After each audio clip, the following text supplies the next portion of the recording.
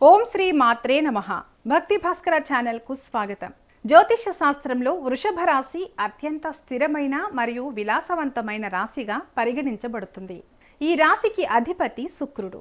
శుక్రుడు అంటేనే భోగభాగ్యాలు, ఐశ్వర్యం, వాహన సౌఖ్యం మరియు కళలకు కారకుడు. వృషభ రాశి వారు సహజంగానే కష్టపడే తత్వం కలిగి ఉంటారు. అలాగే భూమి లాంటి సహనం వీరి సొంతం. వీరి కోటీశ్వరులు అయ్యే యోగం పట్టే ముందు ప్రకృతి మరియు గ్రహాలు వారికి కొన్ని అద్భుతమైన సంకేతాలను పంపుతాయి. వృషభ రాశి వారు మట్టి నుండి మాణిక్యాలను వెలికి తీయగల సామర్థ్యం కలిగిన వారు.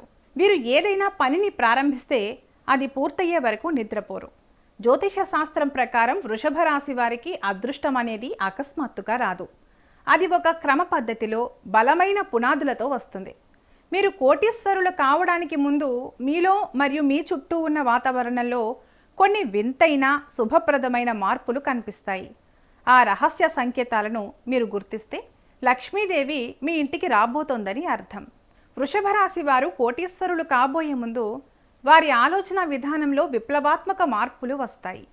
గతంలో సాదాసీదాగా ఉన్న మీరు అకస్మాత్తుగా నాణ్యమైన వస్తువుల పట్ల, అందమైన పర్యావరణం పట్ల ఆకర్షితులవుతారు.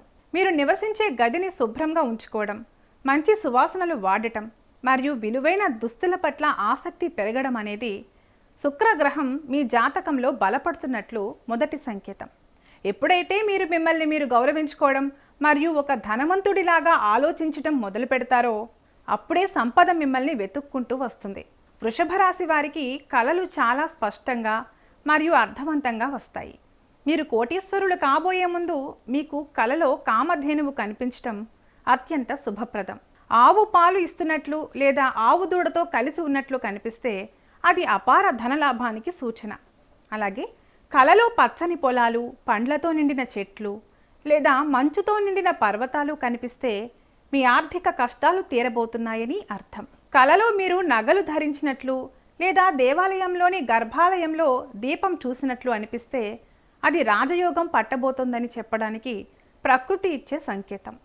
మీరు ఇంటి నుండి బయటకు వెళ్ళేటప్పుడు తెల్లటి పక్షి మీకు ఎదురైతే లేదా మీ ఇంటిపై వాలితే అది శుభసూచిక. వృషభ రాశి వారికి తెల్లటి రంగు చాలా ఇష్టం మరియు అది శుక్రునికి చిహ్నం. అలాగే మీకు తెలియకుండానే మీ చుట్టూ ఎప్పుడూ ఒక మల్లెపూల సువాసన లేదా చందనం సువాసన వస్తున్నట్లు అనిపిస్తే అది లక్ష్మీదేవి మీ ఇంట్లో సంచరిస్తుందని చెప్పడానికి గుర్తు.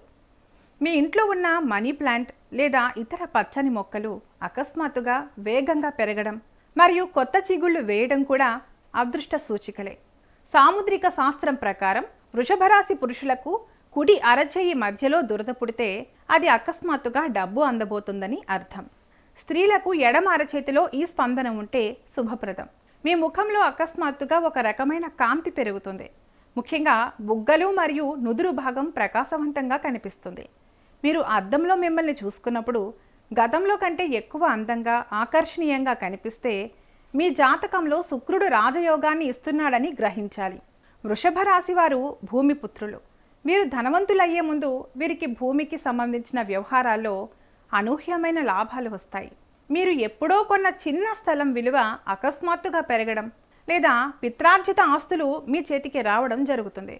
కొత్త ఇల్లు కట్టాలనే లేదా కొనాలనే బలమైన కోరిక కలగడం మరియు దానికి తగ్గట్టుగా మార్గాలు సుగమం అవ్వడం మీరు కోటీశ్వరులు కాబోతున్నారని చెప్పడానికి బలమైన సంకేతం. రియల్ ఎస్టేట్ రంగంలో ఉన్న వారికి ఈ సమయంలో తిరుగులేని విజయాలు అందుతాయి. మీరు ఎవరికైనా ఇచ్చి మర్చిపోయిన డబ్బు అకస్మాత్తుగా తిరిగి వస్తుంది. లేదా చాలా కాలంగా నిలిచిపోయిన ప్రమోషన్లు, జీతం పెరుగుదల వంటివి మీకు అనుకూలంగా మారుతాయి. షేర్ మార్కెట్ లేదా ఇతర పెట్టుబడుల ద్వారా ఊహించని లాభాలు అందుతాయి.